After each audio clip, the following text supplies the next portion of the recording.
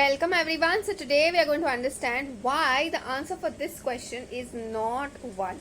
Okay, please understand. A lot of people thought that we'll do 4 minus 2, which is 2, and then you do the division sign.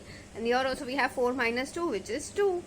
So from here they thought that the answer is 1. That is incorrect. Whenever you have these kind of sums, you have to remember that you will always follow the rule of BOD-MAS. Okay, or PEMDAS.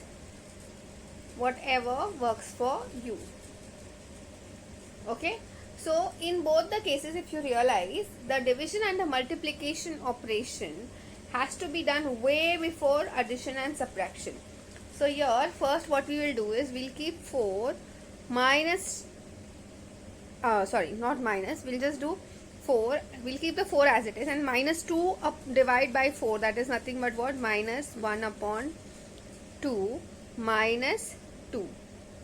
So now please understand, when you have something like this, there is no denominator for 4. The denominator over here is 1 and over here also is 1. So here you will try to write all of these denominators in terms of 2.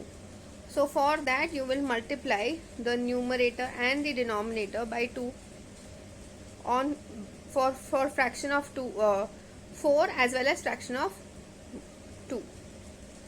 So we got 4 into 2, that is 8 minus 1 minus 4. So here, and everything is still divided by 2. So here what you get over here is 8 minus 1 is 7 minus 4 is 3 upon 2.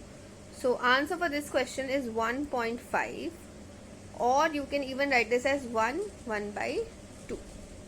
I hope this is very clear to everyone.